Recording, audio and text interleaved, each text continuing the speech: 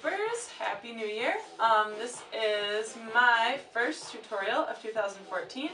This is going to be a little Sydney Spins lesson on a couple different things.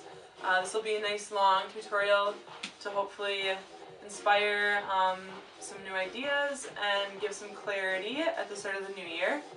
These are all illusory tricks, isolations, different variations. And they're also really nice to practice inside. What we will be going over today are variations on a cat-eye isolation. Here's horizontal and vertical.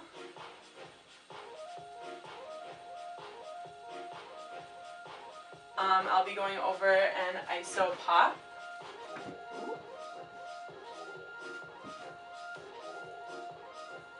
And what I like to call a two-handed isolation fold.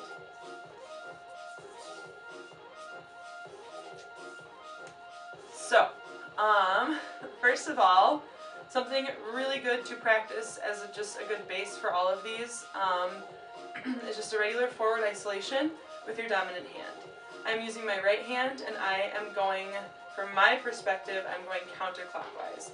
I'm going to refer to the face of a clock a lot in this tutorial, and it will always be from the hooper's perspective, okay? So it will always be from my perspective, and the position of the number that I refer to on the clock face is always going to be relative to where the hoop is at that time. For example, 3 o'clock here, from my perspective again, 3 o'clock here, my hand's in the same spot technically on the hoop, but now I'm going to say that my hand's in 6 o'clock. You're going to start with your hoop in front of you with your hand at 6 o'clock. You are going to hit 6, 9, 12, and 3 o'clock at some point throughout this trick, and you want to like very cleanly hit those points on your hoop. So if you have your hoop in a place where your hand can comfortably reach, your arm can reach all those points, that's going to be a good start. If you're too far down, it's going to be tough, and if you're too far up, it's going to be tough. So, somewhere right in the middle. This whole time, much like a regular isolation, you want to pretend that your hoop is kind of trapped in space by, imaginary obstacles. If you have something flat, like a piece of plywood up here, one down here, you're going to keep your hoop between those two things the whole time for this trick. And you're also going to keep your hoop in the same space front to back, as if there were like 2 panes of glass on either side. So we're staying right in here for the horizontal cat-eye isolation. So we're going to start with our hand in 6 o'clock. Remember, hooper's perspective. Our hand's in 6 o'clock. We're going to shoot out with our dominant hand again. Our arm's going to go across our body, so our hand's on the opposite side of the body as its shoulder, and your hand is now in the 3 o'clock position on your hoop, relative to where it is now. That's as far as your arm can go. So we're going to bring it back the other way to the other extreme to help create this illusion. So while your hand is coming back across, you release your grip on the hoop and you let it roll across your knuckles until you reconnect with it on the other side of your body on the same side. Hand and shoulder. And now your hand is in hooper's perspective, the 9 o'clock position on your clock face. Alright? So, we've gone from 6 to 3, released, touch 12, and now we're at 9. And then you just keep your grip and roll the hoop back to its starting position where your hand's in 6 o'clock. So that's the horizontal cat-eye isolation. I'm using the clock face as a reference. Similarly, the vertical one, a lot of the same concepts, just applied in a different direction. So our pieces of plywood now are going to be here and here. We still have our 2 panes of glass holding the hoop. We're going to keep the hoop in this column right here. We're going to start the hoop a little higher, actually kind of as high as you can go. I have low ceilings, so we're going to start the hoop a little higher for this one. We're going to have our hand in 6 o'clock position.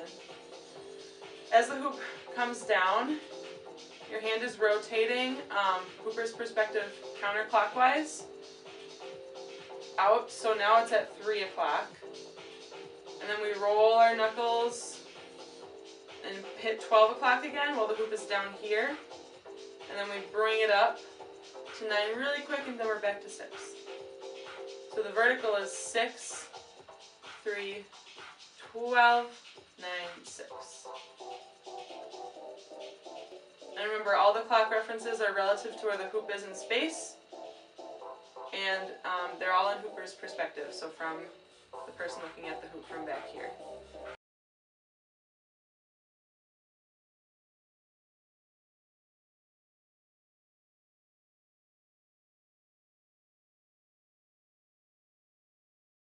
This next trick is an isopop, and it's a lot of the same concepts, but you're removing your 2 panes of glass. You just have plywood this time, and the hoop is going to switch from one side of your body to the other, one hip to the other. So we're going to start. Our hand is in 6 o'clock, and our torso is turned, or our body's turned this time. So now our arm's at the side of our body, but our hand, if you have your clock face, is still in 6 o'clock. We're going to push the hoop out. We're keeping our plywood here and here, but we have our glass panes. Those are gone now. They're no longer around. So, 6 o'clock, you're pushing out as far as you can until your pinky is up toward the ceiling, and your hand is now at 3 o'clock. You change your grip from the inside to the outside really quick. This is a place where it's good to have a looser grip on the hoop. You change your grip to the outside, hit 12 really, really quick, bring your hand down to 6 o'clock on the other side of your body, push with your palm facing, your wrist facing up and your palm facing away from your body. Push the hoop back out so your hand's at 3. And now we're switching, we have our loose grip again. We're going to switch that grip, hit 12 as we're switching our grip, and bring the hand all the way back down to 6. We kind of skipped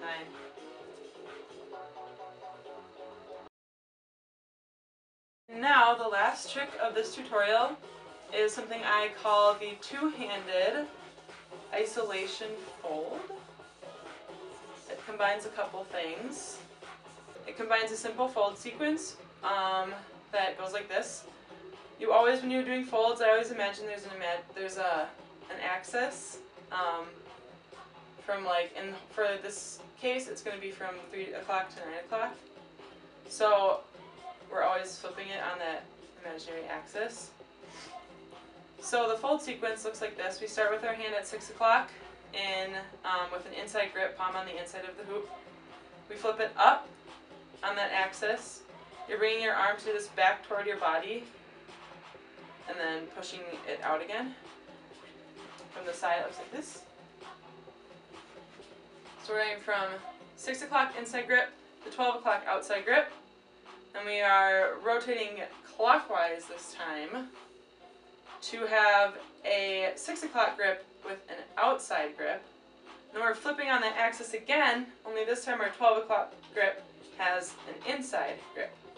And then we're rotating counterclockwise back down to 6 o'clock with an inside grip, which was our starting point. And we're just going to repeat that over and over again. So I'll try to do this as cleanly as possible.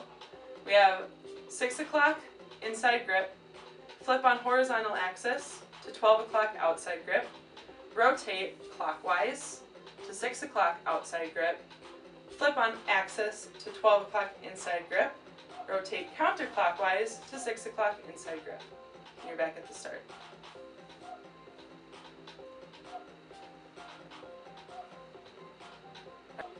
And the last thing is going to be a two-handed isolation illusory. This is an illusory trick wherein our dominant hand is doing a forward isolation and the secondary hand or alternate hand is a trace hand. And we're just creating the illusion that the hoop is going 2 directions at once. So the right hand, my dominant hand is doing all the work. My left hand is just coming in to trace that opposite pattern. Okay, so I don't know if this helps to look from this perspective, but you can kind of see how it's tracing a little more if I really exaggerate. So we're doing different isolation stuff, fold sequence, and then a two-handed isolation all at once. And the key to this is that you really just want your hands to hit 6 and 12 at the same time so that they can work together to turn the hoop. And you can just you can stay fluid with the illusion. You want a really loose grip on that hoop with your left hand. It's always going in the opposite direction as your dominant hand that is doing all the work.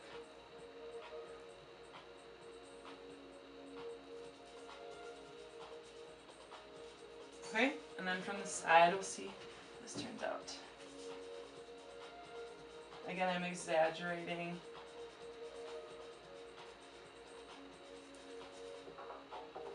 Trace hand. So, there is Sydney Spin's first tutorial of 2014. I hope it was helpful, and I hope that it gives people some new ideas for a new year. Peace and love, and keep on hooping.